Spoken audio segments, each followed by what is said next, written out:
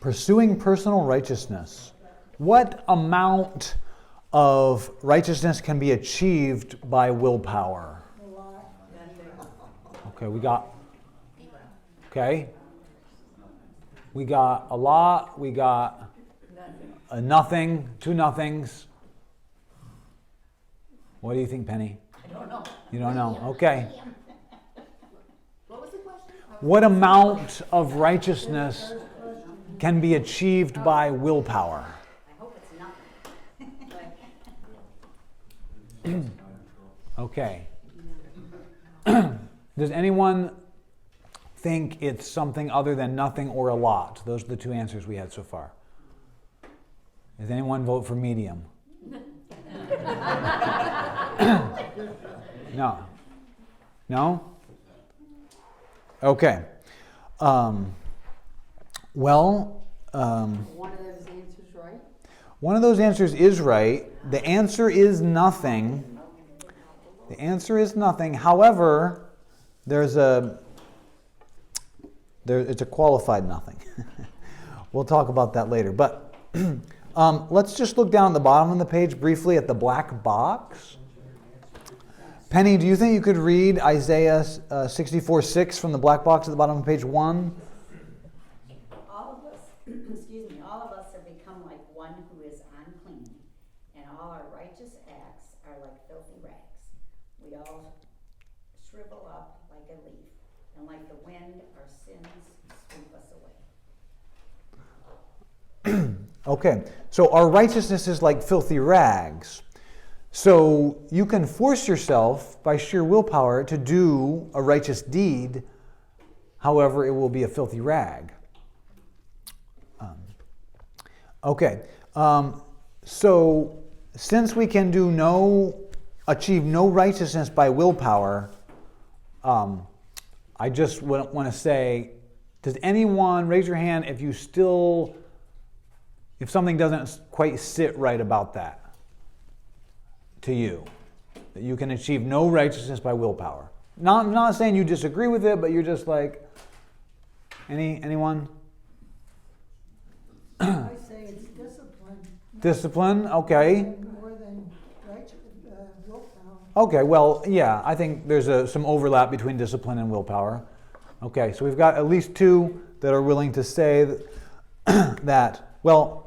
We can make a decision to respond or not respond. Yes. Even that is a gift. Okay, so it might help to note that righteousness is not the same thing as ending a sinful habit. That might help you see where we're going with this. So number one is sinlessness. Sinlessness is not the same as righteousness. Because this wood on this podium has never sinned. This is sinless, and yet it is not righteous. So they're not the same thing.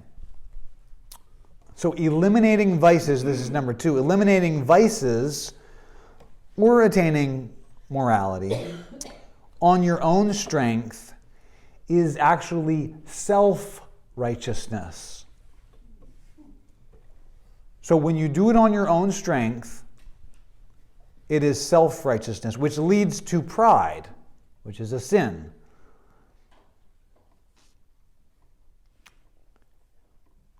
I would say probably every single time it leads to pride.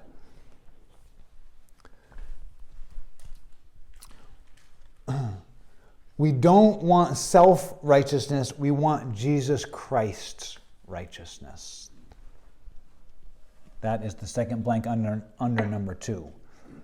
It is so easy to not even realize that you are pursuing righteousness on your own strength. And we will come to the point in the lesson where there is an element of your own effort involved, and we'll talk about that. But it's important to lay the foundation that there is no righteousness of our own. We don't want self-righteousness. We don't want to do it ourselves. We want Jesus Christ's righteousness. He is our righteousness.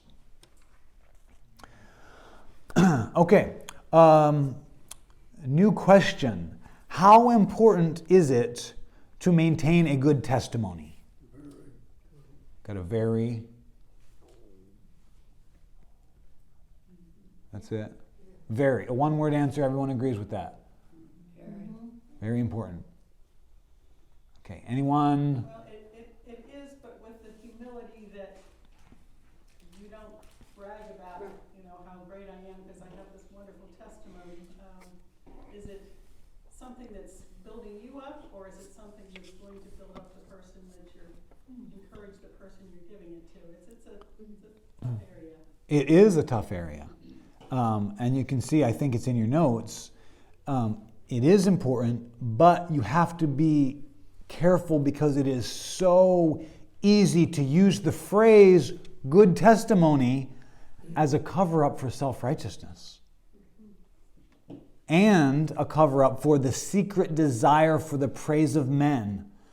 How could someone use that concept of good testimony as a cover-up? How could that be possible? I'm not saying that you do it, but if someone did, how would that work? We all want to be accepted and pleasable. Oh, we all want to be accepted and pleasable? Yes. If it refers to yourself, then yes. If it refers to this is what mess I was, this is what Christ did for me. Right. Okay. Did you hear that? If it refers to yourself, but if it refers to this is what I was and this is what Christ did to me. This is what he made me into. Good. I think you need humility in all things.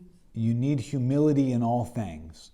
But when you focus on a good testimony, the focus can go from here's what I am before God. It can go to what do I look like to others? Because by definition, when you say my life is a testimony to other people, you're thinking about what they look at. So as soon as you become concerned with, well, I'm doing what's right, but it's going to look wrong to other people, so I better change it so I'm doing what's right and they can see that it's what's right.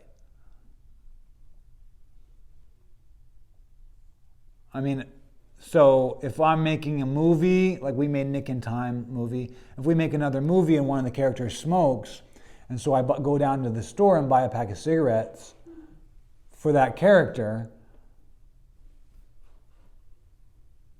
do I need to, For $7 Right. a pack.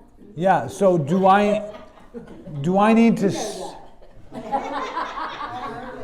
do I need to say to the cashier, no, I'm not buying these for myself. There's a movie that we're making at my church, and this character we're trying to show why this character is dying of lung cancer or whatever. Do I need to say that? No, I don't. she's not going to believe you anyhow. It's going to make you seem like a liar, but you just have to be careful because some people are super worried about that. Right after I became a Christian, and I worked at Butler University, and I was the cash secretary, and I had to go to make bank deposits and such. Well, they did a lot of catering for the college, and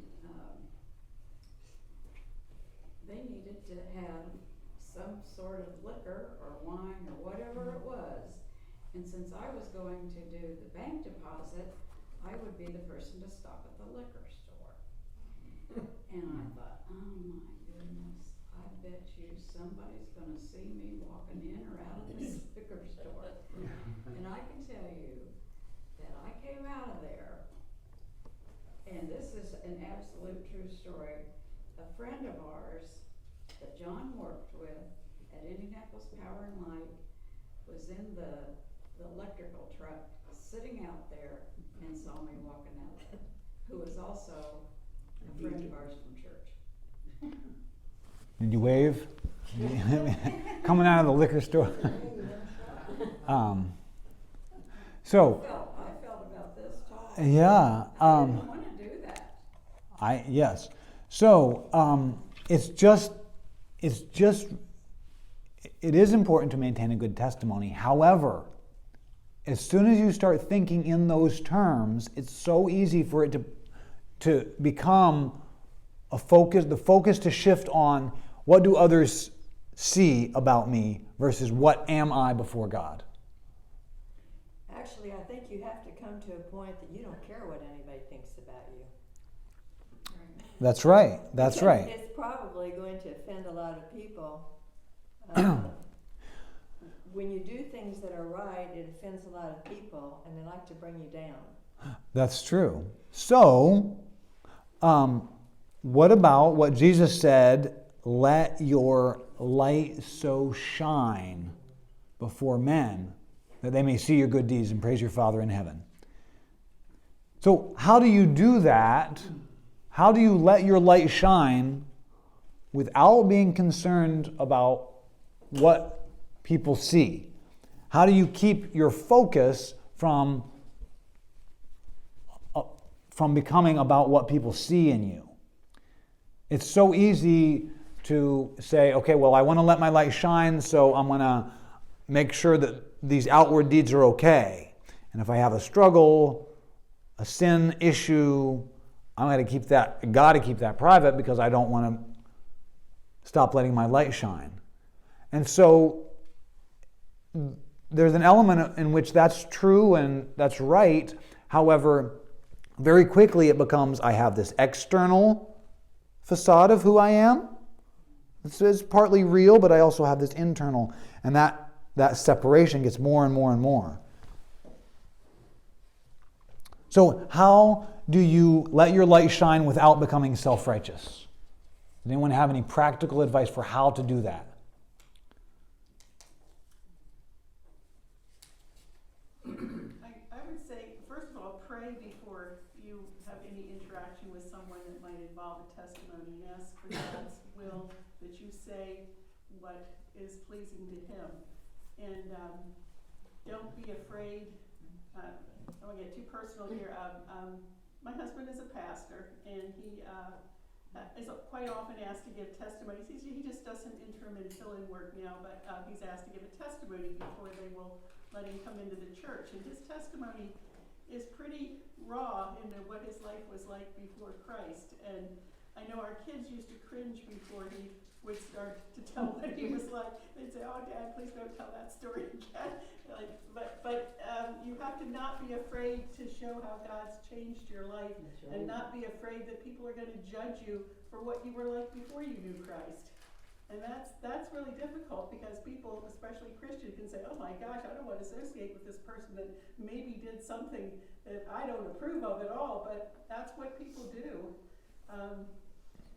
But he always just said, I am what I am, and I've come as far as I am because of Christ, listening to His will. But it's still difficult to actually say some of the things. I know I'm using testimony and actually giving one as opposed to just your testimony where people see what you're like. Just an interaction where you're not telling your history to them. But there's a lot to this testimony thing. So I'm just wondering, what is since we all fall short of the glory of God, does somebody who's committed murder and do drugs, and to somebody who hasn't, but has actually thought in their mind, that person's, what's the difference? In God's eyes, is there anyone who is closer to God than someone who's further away, or are we all?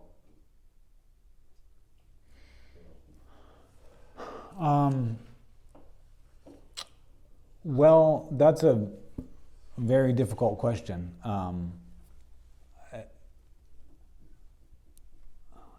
There's a lot that goes into that. I mean, certainly there are different degrees of punishment in hell. right? Jesus says it will be more tolerable for some in the great day of judgment than for others. So there's that. There's also certainly more degrees of righteousness in people. New Testament talks about that a lot. Old Testament even more. So practically speaking, how do you let your light shine without becoming self-righteous? Number one, and Nancy touched on this a bit, but honest confession helps. Now you can even, I'm not saying that your husband does this, but you can even kind of brag about where you were and how far you've come. You can kind of brag about, look how sinful I used to be. It's. I don't think that's bragging. I think that's showing people what God can do. Well, the life that you thought was so horrible, and yet look at me now. Well, it depends on your motive. It depends on your motive for saying it. It depends on your motive. Yeah. If you're saying it to really honestly, you're ashamed, but you want to let people know what God did, then it's good. Yeah. But if you're saying it for attention, or, I mean, you can have a, oh yeah, you went from this to this, but I went from this to this. And we ended up, around the same area. I'm just saying, it is all about your motive. And as you get down into layers of motive, it becomes very difficult. So practical suggestions are honest confession, keeps the distance between here's what people see and here's what I really am. You don't want that. Now, of course, there's wisdom involved in when you confess certain things and all that, but we don't have time for that today. Number 2, always bear in mind the unforgiving servant. That's a parable in Matthew 18 about a servant who is forgiven an astronomical amount of debt, an unimaginable amount of debt, a debt that no one could ever really get into. It's so much. 10,000 bags of gold. What's the verse? Matthew 18. So perhaps a practical tip would be to read that passage every morning, first thing. And here's why that is helpful. Because in order to see yourself as that person who's been forgiven so much, there must be a huge amount of sins that we commit without noticing.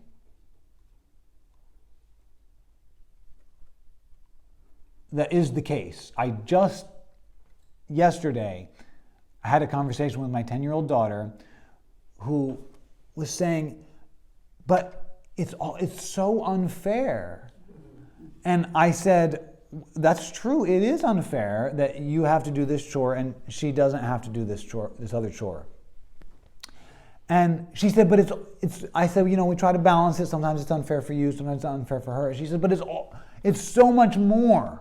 It's a huge percentage more unfair towards me. And I said, well, you notice it when it's unfair to you. Right? Like if you run through the yard and I say, were there thorns in the grass? If you were wearing shoes, you're like, I don't know. But if you were barefooted, you would know. Because you feel it and you notice it. So there's a huge amount of times when it's unfair the other way and she just doesn't think about that. My point is, when something hurts, you notice it. So if Monica and I have a little conversation and I say something hurtful to her, she notices it because it hurts. But I don't walk away thinking, wow, I really sinned. I don't even know that I did it. I don't think, I was pretty self-centered there and it doesn't come on my radar at all because I don't feel anything. And we do that so often.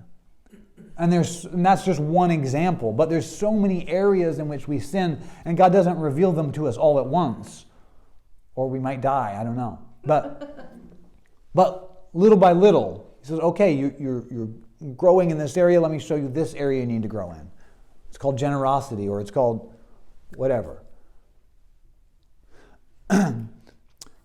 So that's why the parable of the unmerciful servant, the unforgiving servant, is so crucial to just keep in the back of your mind at all times. As soon as you're frustrated at someone else, you picture yourself saying, pay what you owe. Oh, I was forgiven much more. And probably way more than I know. Okay. Number 3, just practical tip. Every morning, pray this: Lord, help me not to gossip or judge others today. And here's why those two specific things. Those two specific sins feed self-righteousness. How could gossip feed self-righteousness? There's lots of sins out there. Some of them feed self-righteousness, and gossip is one of them. Okay, good. Because it makes you look better than that person. Okay, because you're talking about them, it makes you look better, and it does something else. It's not about how you look. How you feel. It's about how you feel. When I tell you, guess what so-and-so did, it's so terrible. You can even say, so we need to pray for them because guess what they did. And you tell all this. You feel morally superior when you gossip. That's part of the appeal of it. That's one of the biggest hindrances of sharing prayer requests. You can't trust people not to gossip, and it's really hard. Yes. It really is. It's a real barrier to sharing with the group, because can you trust them to keep their big mouth shut? Yeah. And pray and not talk? And many times you cannot, because people do gossip, and it's one of the acceptable sins in a church. Well, it's like a bag of feathers. You throw from the top of the roof and then trying to go outside and pick them all up. You can't do it. Right. Once it's out, it's out. So number 1 and number 3, there's some conflict there. Honest confession, but what if they gossip about you? I mean, in one sense, that's between them and God, if they're going to sin and gossip. So in one sense, you don't need to worry about it. But obviously, in specific situations, sometimes you do need to think about that. But when we gossip or when we judge others, when we look down on other people, we don't ever consciously think, okay, I'm going to gossip now. We don't ever think, I'm going to look down on this person. We never consciously think that, but we do those things. So we need help to not do them. Okay. Ultimately, number 4, you cannot let your light shine without becoming self-righteous unless you pursue knowing Jesus. I wrote down Christ motivated. Yes, it needs to be Christ motivated, but the motivation needs to not be to be righteous or to stop sinning. It needs to be to know Him. The root of it has to be your union and communion and fellowship with Jesus Christ. True righteousness, this is the next after number 4. True righteousness is born out of union with Jesus Christ. We will get to the point of where human effort comes in, but that is very, very secondary or tertiary or whatever comes after tertiary, fourthiary. True righteousness is born out of our union with Christ. True righteousness can only be achieved by following Jesus, walking with the Father, and being filled by the Holy Spirit. Can you repeat that? What are you doing? Following Jesus, walking with the Father, I'm filling in those blanks, and being filled by the Holy Spirit. if you do it on your own strength, not by the power of the Holy Spirit, You can't. not by the authority of Jesus Christ, and not by the sovereignty of the Father, it will be a filthy rag, and it will be self-righteousness. And you will go down the road of the Pharisees, which is always such a slippery slope. At every moment, as you try to serve God, it's not like, okay, I missed that fork, I'm good with self-righteousness, now I can just pursue my walk with God. At every moment, there's a turnoff to self-righteousness. It is a sin that we never don't have to worry about. You missed one. This is why Paul speaks. Yes. Okay, so because that's the only way you can achieve true righteousness is by following Jesus, walking with the Father, and being filled with the Spirit. Because of that, that's why Paul speaks about the deeds of the flesh, but the fruit of the Spirit. He gives these two lists. And you would think, they're back to back with each other, you would think it would be, here's the deeds of the flesh and here's the deeds of the Spirit. He's talking about keeping in step with the Spirit, being filled by the Spirit. You would think it would be two lists of deeds. But he says, here's the deeds of the flesh, but here's the fruit of the Spirit. Because the Spirit produces it in you. You don't produce it yourself on your own effort. It's very similar to Jesus' metaphor of remaining in Him or abiding in Him. He's talking about the vine. I'm the vine, you're the branches. That is what causes us to bear fruit, is remaining in Him and in His teaching. So we come to Isaiah 64:6 again. Our righteousness is like filthy rags. So bearing that in mind, how do we achieve personal righteousness? When I was in Egypt, I taught a lesson about the law versus getting righteousness from Jesus. And one of the people through a translator said, how can I get that righteousness in my own life? And I had to say, you can't. You cannot. We can only walk with Jesus and ask Him for it. Because if you pursue it, you won't get it. But if you pursue Him, you will get Him and righteousness.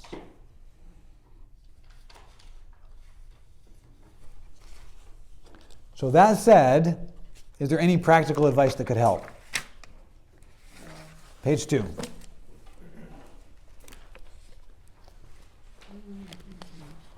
There is one practical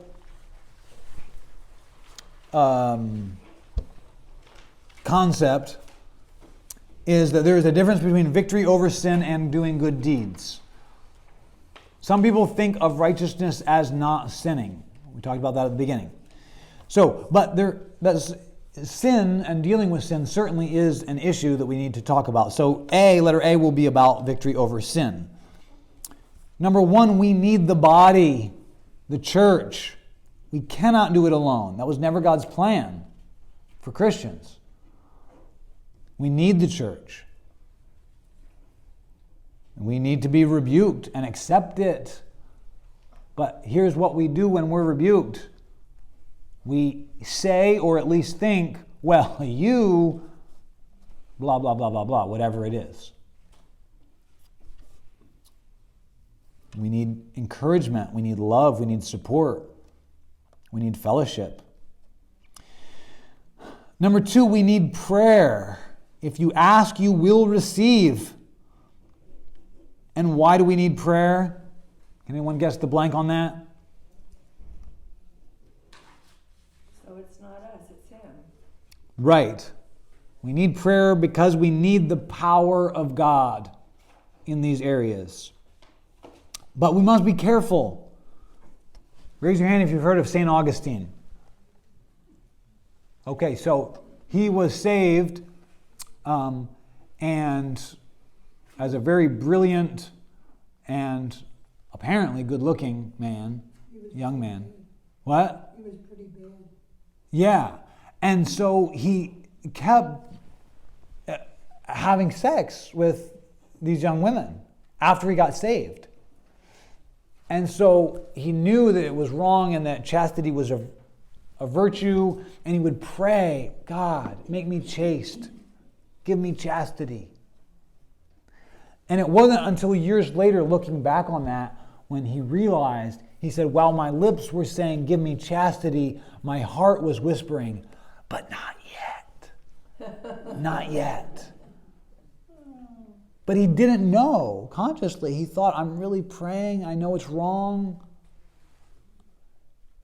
So we have to be so careful in our prayer because we don't know our own heart. The heart is deceitful above all things and desperately, incurably wicked. Who can understand it? Who can understand their own heart? Only God. Well, the story goes, I was raised Catholic, and the story goes that his mother, who was Saint Monica, she prayed for him constantly. I don't know how true that is. Oh yeah, it is true. There's a lot, yes, but we don't have time. So the point is, we don't understand our own hearts. Our hearts deceive us. Only God knows our hearts fully. So we say, God, I know I have this sin. I know I'm supposed to be righteous. I know you want me to be righteous. There's probably levels in which I'm secretly saying, don't give me this righteousness. I don't want this righteousness. I still want the sin. But God, I lay this all before you. I need your help. I don't know how to want it. I don't know how to hunger for righteousness, which we will come to in due course. Okay, number 3, we are unable to do it on our own. When we try to do it on our own, we are forced to use comparison. Because if you try to eliminate sins on your own strength, you will never do it, so you'll be forced to say, well, at least I'm not as bad as I was. At least I'm not as bad as he is. At least I'm more right. I'm not perfect, but I'm more righteous than these people over here. And if we were able, which we're not, but if we were able, if we did somehow attain righteousness by obeying the Bible, by sheer willpower, and there are Christian groups who truly do that. They say, I don't want to get too intellectual. I don't want to be emotional like the charismatics. I'm just going to just do it on sheer willpower. And if we could do that, it would be bad. We would become a Pharisee. It would be filthy rags.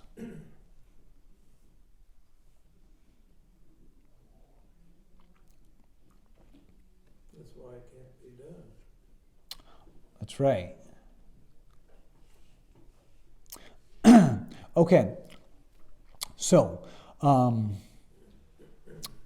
there were 2 paths to God. And now before you get mad, let me finish this. Okay. The first path was to be utterly and perfectly holy, to keep all the laws. That was the first path. Now, I put the same verse, Romans 5:20, in 3 different versions. So, Monica, could you read the NIV version there at the top in the blue box on page 2? The law was brought in so that the trespass might increase. But where sin increased, grace increased all the more. Okay. And Nancy, could you read the ESV version of Romans 5:20 in the blue box? Now the law came in to increase the trespass, but where sin increased, grace abounded all the more. And Sharon, could you read the NLT version of Romans 5:20? God's law was given so that all people could see how sinful they were. But as people sinned more and more, God's wonderful grace became more abundant. So the first path is the law. Let's see how well the law path brings people to God.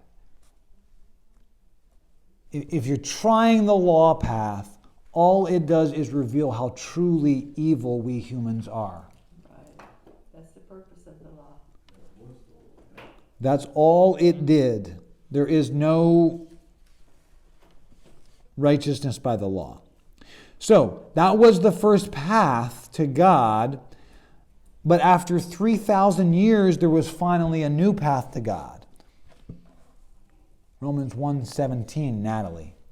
For in the gospel, the righteousness of God is revealed, a righteousness that is by faith from first to last. So instead of trying to live righteously, we just need to take God's righteousness.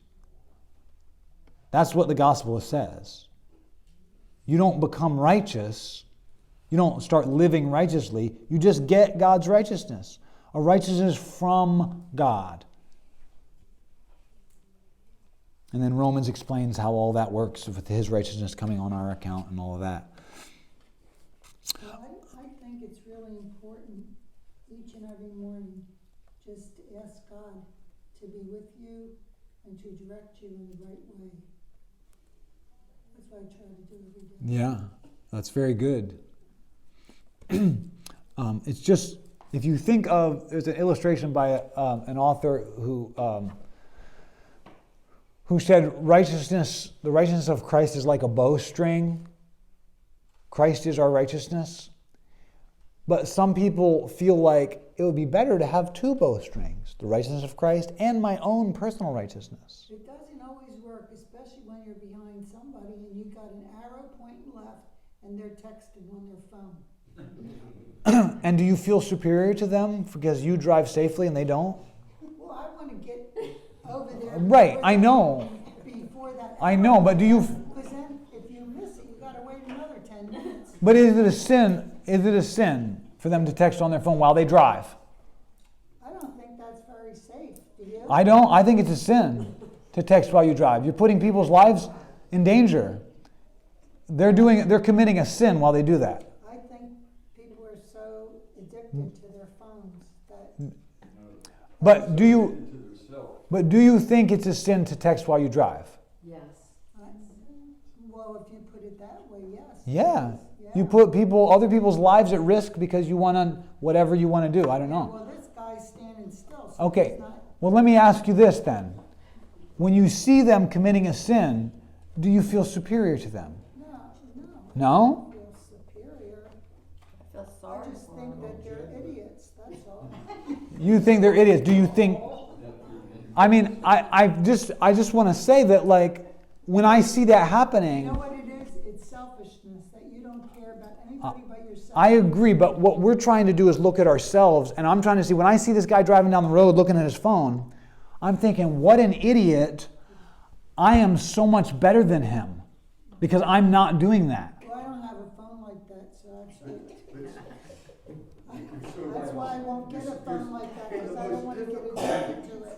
The most difficult things, I'll speak for myself. Help me The out. most difficult things for me to do as a person who has faith in his Lord Jesus Christ is to see myself for what I am.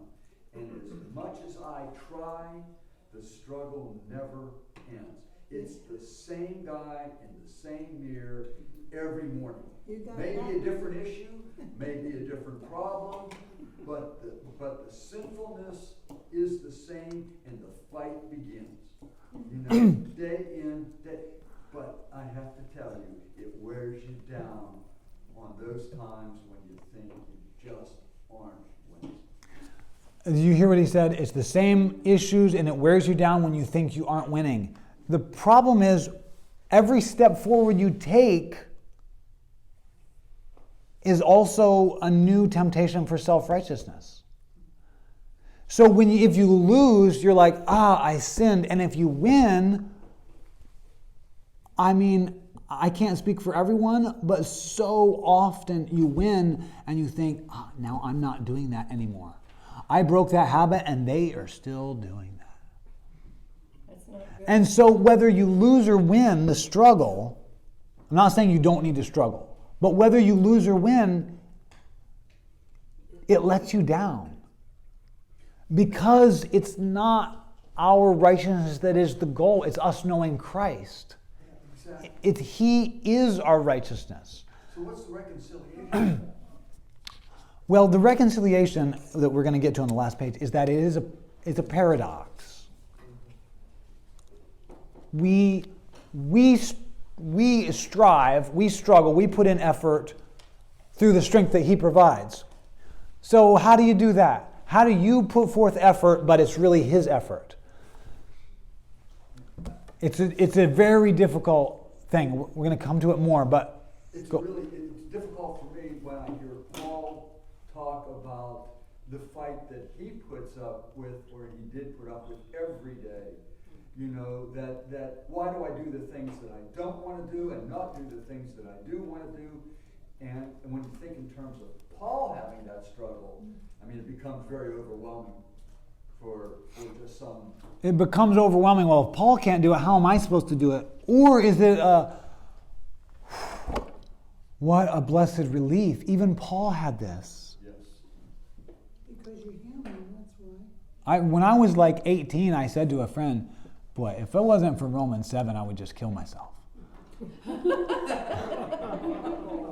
Because I was so legalistic and I was trying so hard to obey everything the Bible taught that I couldn't do it.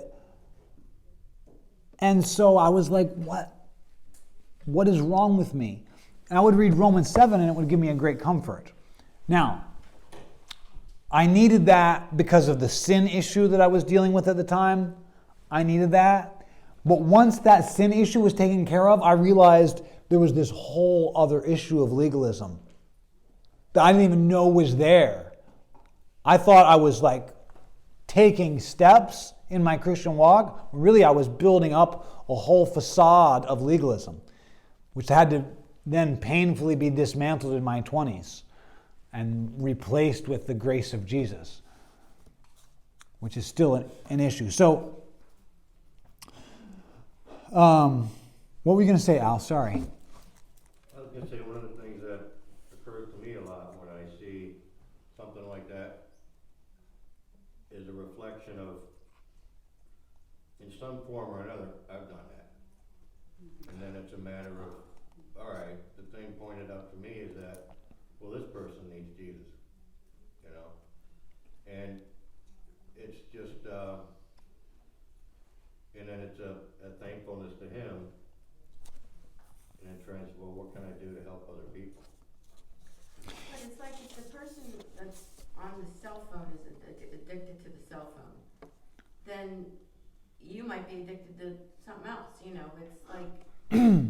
Yes. That log in our eye. Walk on the red light. Yeah. The log, you hear what he said? The log in our eye. So it's wrong to blow the horn to get him going? I mean, I don't know if it's wrong, but what we're concerned about is that when we see that, we got to be concerned. What's going on in my heart when I see that? I want to turn up, that's what I want to do. You want It to? depends on how hard you blow the horn. If you were Yeah. my husband, No, I you'd go, And if you would, you do, just to let them know, hey, the light's changed and you're not paying attention. And guess what happens? They But stop then what looking about, at the phone and they What start. we forget about is that those are the problems of this world. What's your problem? No, I'm sorry, I have no problems. I say that, but those are the problems of this world. You know, it's the problems of, or the lack of problems of the next world that we should be focusing on. I mean, we are all going to have our frustrations. We're all going to have our times of laughter, our times of sorrow, our times of trouble, our times of, you know, But truly, when you sit back and think on the countenance of our Lord, there will be a day when all of that will be gone. That's right. And we'll know nothing. And we will, at that point, not strive. We will be able to show the glory of Christ within our own self, because we will be glorified. And we will be righteous without spot or one of the blemish. things we miss is whenever there's any interaction like that, to me anyway, when I get upset with somebody else, it works out right when I think, wait a minute, you gave me grace. I have to give it to others.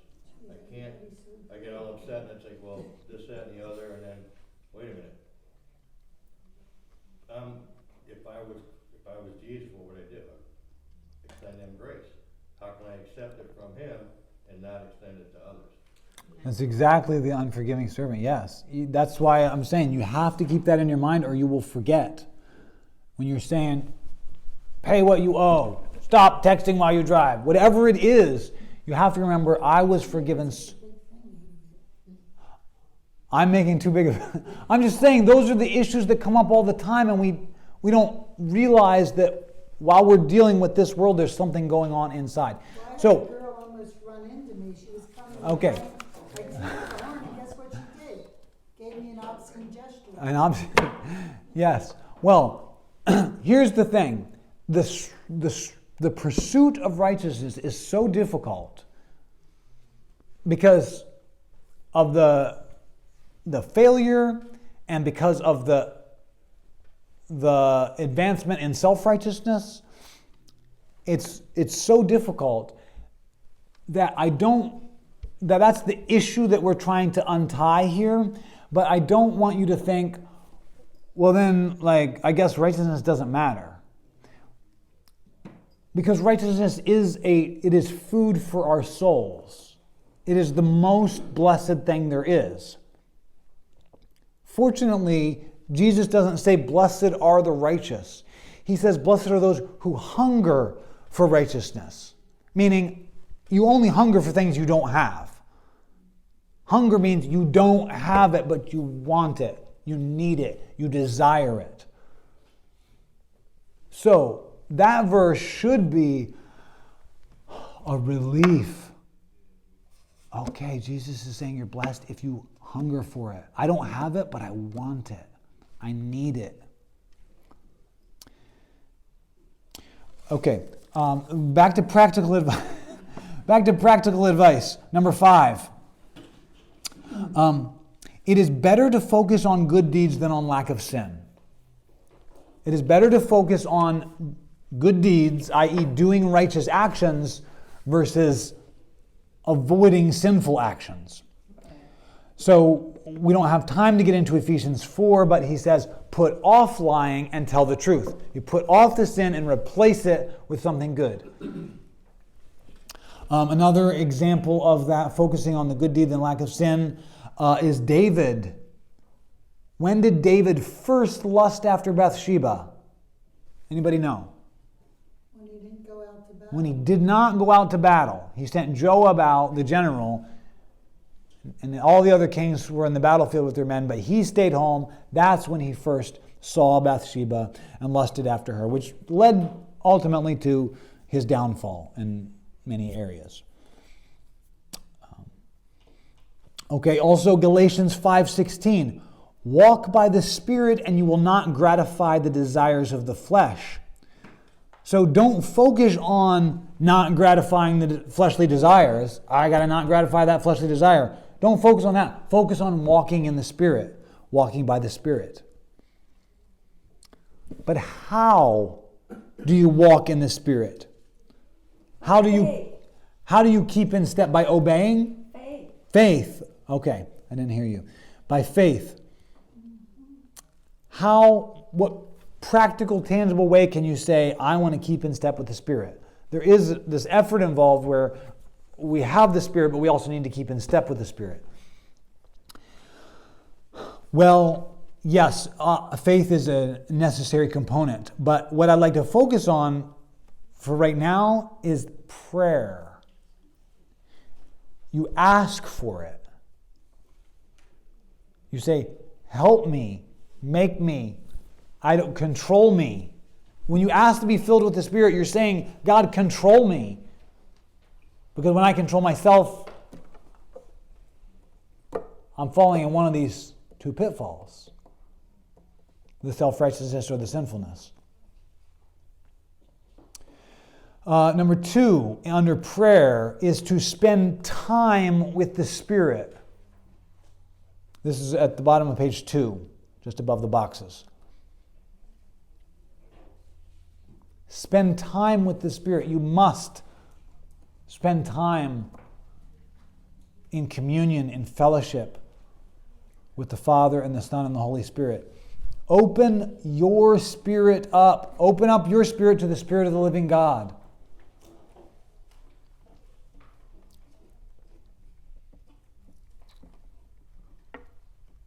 there is a time to be reverent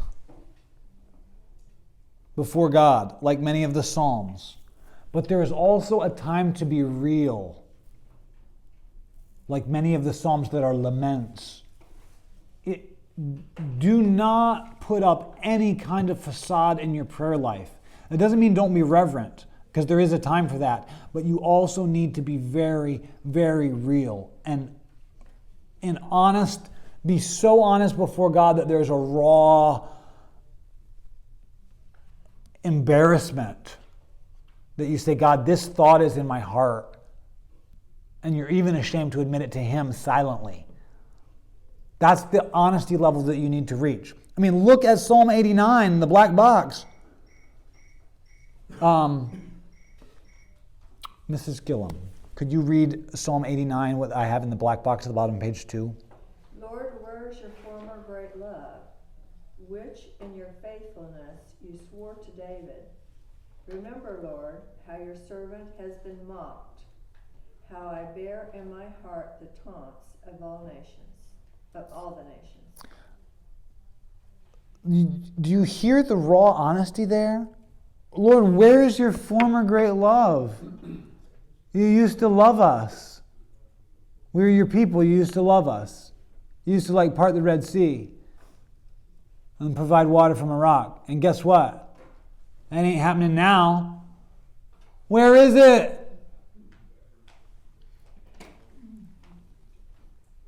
I'm being mocked down here. So where's your love?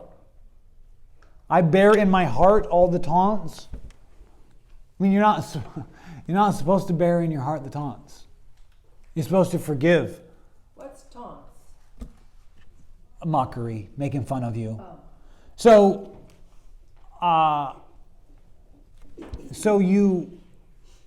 But we do that, right? We go around bearing in these hurts and these insults and this anger. We bear it in our heart, but we're not supposed to. So my point is, you've got to be honest so much that it's a raw, ugly thing. And that helps you see the condition of your heart. God already knows the condition, but you need to confess it to Him. And then, of course, there's also a time to be reverent. The very next psalm, verses later. Let's see, Marty, could you read Psalm 90 in the yellow box at the bottom of page 2? Before the mountains were born, or you brought forth the whole world, from everlasting to everlasting you are God. You turn people back to dust, saying, return to dust, you mortals. 1,000 years in your sight are like a day that has just gone by, or like a watch in the night. Yet you sweep people away in the sleep of death. Now, hopefully you can hear the reverence there. You were from everlasting to everlasting. 1,000 years is like that to you. We're just dust. I mean, we're nothing. So the reverence before God, and yet you need the raw honesty to pursue, to get His righteousness. You ask Him for it. Okay, letter B. All of that was letter A, which was dealing with sin. Now, on to letter B. How do you actually get righteousness? Blessed are those who hunger and thirst for righteousness, because what? They will be filled. They're blessed because if you hunger for it, you will get it. You will be filled. The problem, though, is how do you make yourself hunger? How do you make yourself hunger? I want it. Well, I don't want it, but I want to want it. Sometimes that's the truth. Sometimes we don't want it, but that's like what Augustine was dealing with. You pray that the Lord will give you that desire. It's exactly right. You pray, He'll give you that desire. You, letter A, lowercase a, realize that you're empty. Acknowledge the fact that you don't actually have the hunger. And then pray that God will reveal the emptiness. You realize that you're empty. Notice that the Beatitudes in the beginning of the Sermon on the Mount, they all start with negative things. It starts with being poor in spirit. You're a beggar. You have nothing. You're poor in spirit. The first 4 Beatitudes are all negative. Poor, mourn, meek, which is like not self-assertive, and hunger. Hunger means you don't have it. So, think about what we learned in regard to the purpose of the law. The point of the law was to show us how hopeless it is. I can never be good. I had this friend named Rob who was an ambulance driver.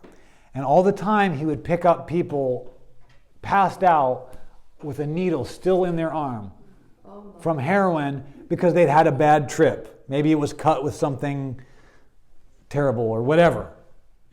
But so for whatever reason, the laws in Pennsylvania were that the police didn't come because they had possession. Once the paramedics got them, then the police just let it alone. So he would give these people this other drug that would counteract the heroin and whatever, and they would come to. And so he'd be sitting with them in the back of the ambulance. And so sometimes he would say, "Why don't you quit? Like, it's obviously terrible. You're overdose, you're just terrible." They hated it. "Why don't you quit?" And they would say, "I can't. Feels good. I can't." They say, "I can't. I tried many times. I just can't do it. I can't."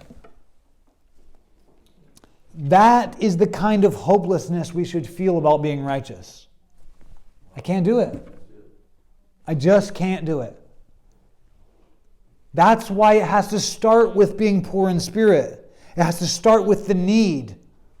The need is what leads to hunger.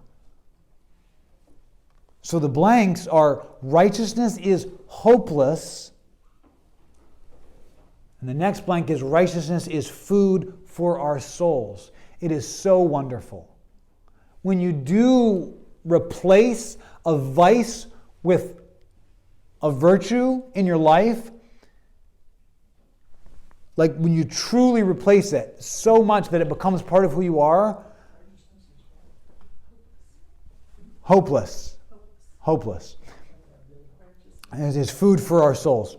When you do actually replace it, and by practice it starts to become part of who you are, you say, "Why would I ever have wanted to do that?"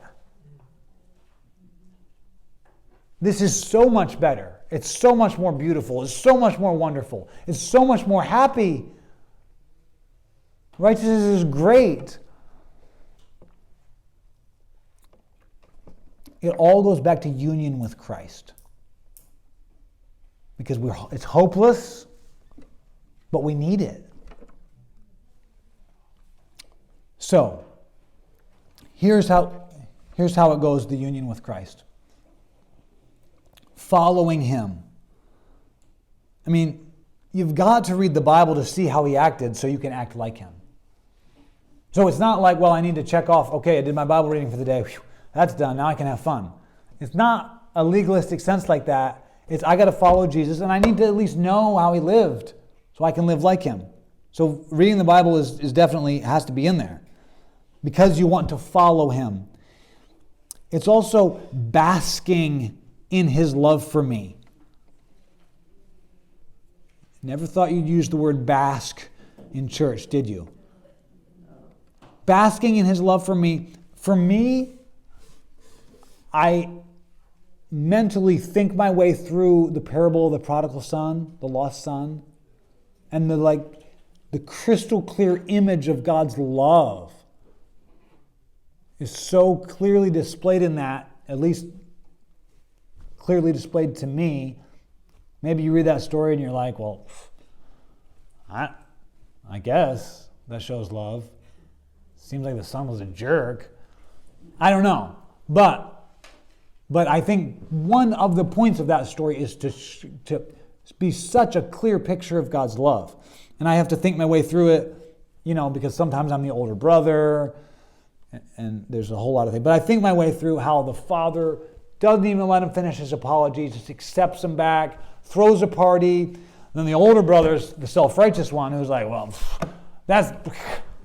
he gets a party? The one who wasted all our family wealth on prostitutes, he gets a party? How come I don't get a party? I'm the good one. And what does the father do? Because the older brother's the worst son. The father comes out. The father leaves the party and comes out and pleads with him. Everything I have is yours. We had to celebrate your brother's alive again. Come back in. Now the story doesn't end to find out what the older brother does. The story ends right there. But find a way to bask in God's love. And number 3, loving him in return. His love is one of the reasons or one of the motivators for us loving him. And then another reason is number 4, gazing at his, this is surprising perhaps, but gazing at his beauty. We don't think of God in terms of beauty, but he is, and I've found it personally worthwhile to contemplate that, to just sit in contemplation of the beauty of who God is. Jonathan Edwards, probably the smartest person to ever walk North American soil, wrote a treatise on how every one of God's virtues and attributes can be thought of in terms of his beauty, in the sense that beauty is God's central attribute. Now, as centuries go by, the word beauty has become very soiled. So you have to unpack a little bit about what he means by beauty. But the point is, it is a very valuable, it's time well spent to say, I'm going to sit for 10 minutes and just think about what could that mean? What could Jonathan Edwards mean by that? Or what did Jacob mean by that God is beautiful? And just try to think about who God is in terms of beauty. That would be a worthwhile 10 minutes in your pursuit of wanting him. When I was a teenager, I wanted righteousness. But I wasn't pursuing my walk with God. I was pursuing a list of things I had to do or I'd feel guilty. So what I was really pursuing was the pleasure of not having to feel guilty. Number 5, relying on him utterly. What a relief. All the pressure is off. We just take his yoke. And his yoke is easy and his burden is light. He does it all.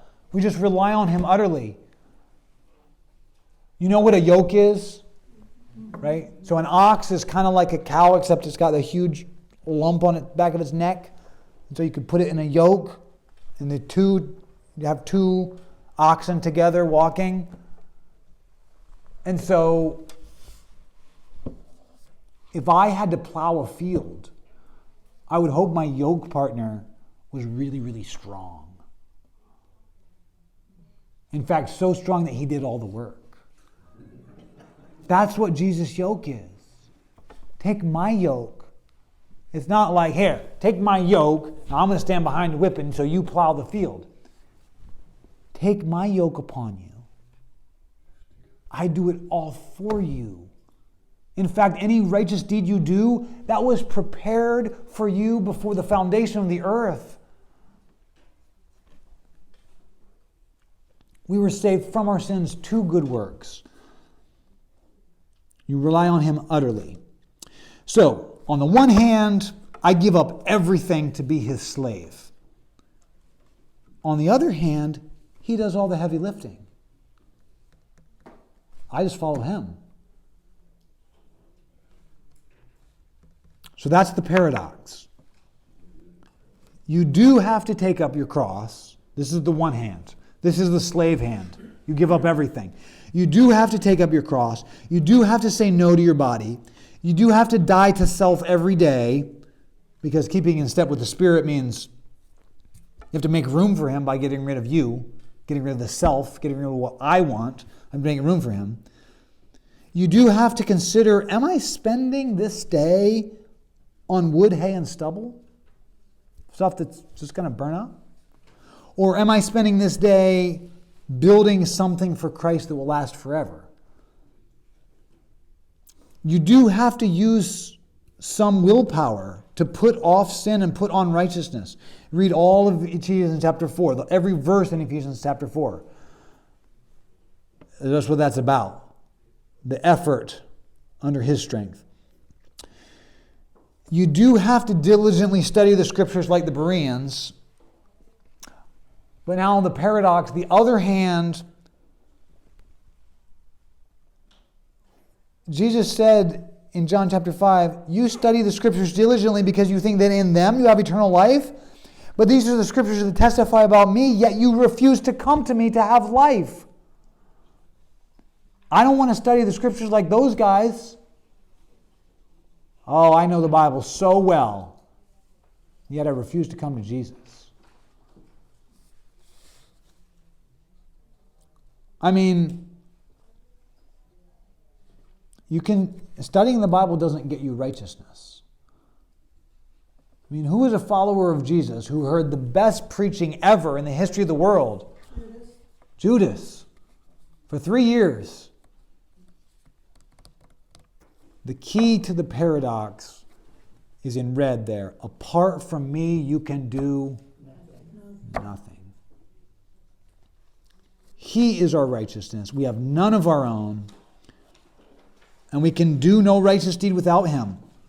We are only channels.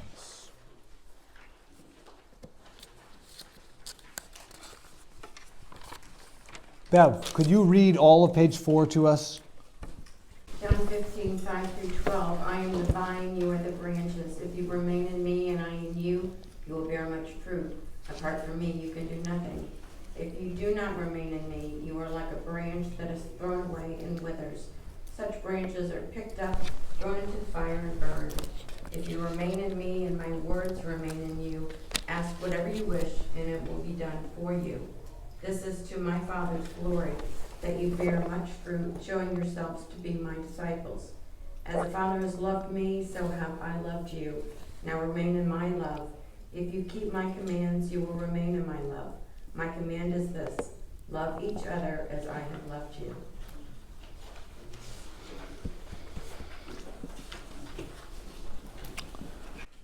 It's all right there. The mysterious paradox of Christ's righteousness shining through us. And it's not our righteousness. And the more it shines through, the more we're like, wow, I'm really unworthy to be showing Christ's love.